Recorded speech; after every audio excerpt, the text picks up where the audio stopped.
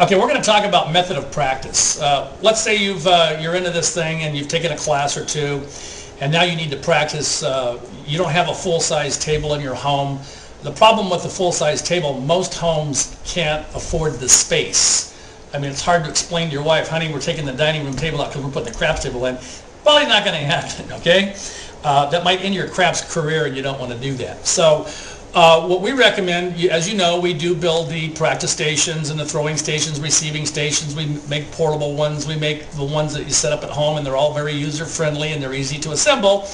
But in case you can't afford them or you don't know whether you want to go that deep into this yet and you don't know of how much practice you're really going to do, then simulate your own. And you can start out by taking a dining room chair, turning it around, making sure that the seat, stack it up with phone books or whatever, is 28 inches from the table, from the floor surface. So you're going to launch the dice 28 inches from the ground to where you're going to launch the dice. And then throw into something that would simulate something similar to the casino.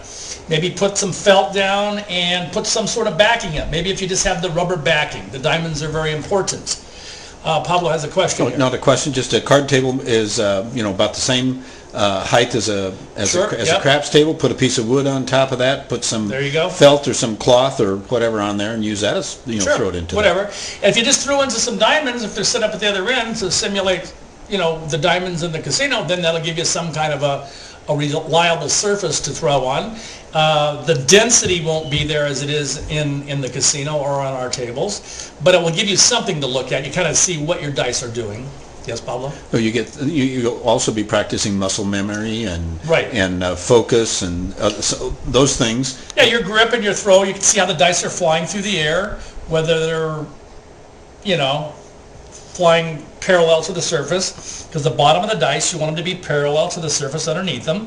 And if you're twisting your wrist, you can see that by the way the dice are behaving at the other end. So anything to get you started to practice, whether you buy one of our units or not, doesn't matter, but you gotta practice on something, develop some good muscle memory, and then you can go to the casino and you can bet with confidence and you will do well.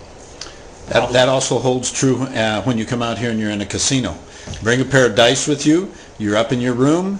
You need to prepare. You need to practice a little bit before you go down there. Absolutely. Practice in the room. Just even if you only get the motion down and the distance down. Figure on a 12-foot table, stick right or left, you're 7.5 feet or 7 feet, stick left, 7.5, stick right. So use those measurements to practice on. And then that way when you get down there, your dice aren't going to land in, areas that they're not supposed to. So a little warm up, like sending a pitcher to the bullpen before he goes on the mound. You're going to be in the bullpen. Go down to the casino. Now you're dialed in. Now you can go down with some confidence and bingo, go nail them, get some money, go get the money. All right, we'll see you in the next video. Good.